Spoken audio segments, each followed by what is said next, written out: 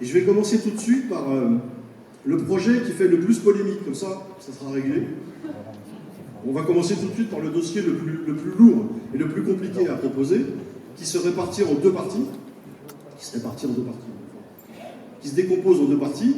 C'est la première, le centre de Thalasso. Alors des gens me disent, mais c'est non de proposer un centre de Thalasso à Valras, l'écologie, l'environnement, enfin, ce que j'entends. Aujourd'hui, vous avez une partie des Orpelières qui appartient à la commune de Valras.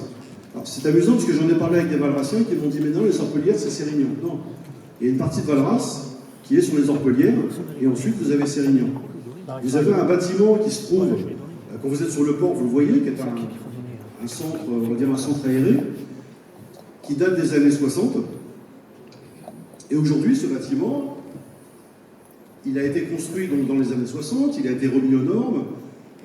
Certaines choses ont été faites dedans, mais les normes environnementales pour le remettre en place, je vois que vous me filmiez, je vous fais coucou. Ça, c'est les gens du Rassemblement National, coucou. Voilà. Donc ce bâtiment, aujourd'hui, pour moi, on pourrait en faire autre chose pour attirer les clientèles sur Valras. Il y a à peu près 1000 m² de foncier. La zone, on ne peut pas construire. Parce qu'il y a le PPRI, il y a plein de choses, c'est une zone écologique, on ne peut pas y toucher. Par contre, on peut rénover. On peut garder l'emplacement et rénover des bâtiments pour faire autre chose. Donc ce projet, justement, de créer un centre de thalassothérapie, c'est pouvoir attirer à Valras une clientèle entre septembre et avril. Et cette clientèle, elle a été quantifiée, c'est à peu près entre 15 et 20 000 personnes par an qui viendraient faire une thalasso à Valras. Et ces gens qui viennent faire une thalasso, ben après la thalasso, qu'est-ce qu'ils font? Ils sortent chez le coiffeur, ils vont acheter des fleurs, ils vont au restaurant, ils font vivre le village.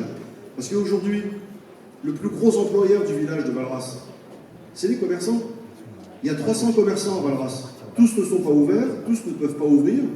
Et vous avez 300 commerçants avec un taux d'augmentation du chômage en l'espace de 5 ans qui est passé de 16 à 22%. Donc si on raisonne un peu, si les commerçants ouvrent, ils embauchent. Donc finalement, l'activité des commerçants progresse, il y a moins d'embauches. Alors c'est résumé un peu basiquement, mais si on veut que Valras vive toute l'année, il faut apporter à Valras une activité économique pérenne toute l'année, pas juste se contenter de dire il fait beau, il y a des gens, il fait pas beau, il n'y a personne. C'est pas suffisant. Aujourd'hui, vous mettez n'importe quel maire à la tête de Valras, vous êtes sûr que du 15 juin au 15 septembre, il y aura du monde. Les gens ne viennent pas à Valras pour la politique, ils viennent pour le soleil, pour la plage et se baigner. Après les animations, tout ce qui s'ensuit, mais les gens ils viennent à Valras avant tout pour le climat. Mais ce qui est important, c'est de trouver des solutions pour faire venir les gens le reste de l'année. Quand il fait moins beau, quand il fait pas beau. Parce que regardez le week-end, les derniers week-ends, il a fait un peu beau, tout le Biterrois descend. Il fait pas beau, personne ne vient. Donc si on veut que Valras, dans les prochaines années, ait une activité économique pérenne, il faut absolument trouver quelque chose qui attire des gens, attire Valras et monte la clientèle de Valras en gamme. Donc le centre de Thalasso, c'est une chose.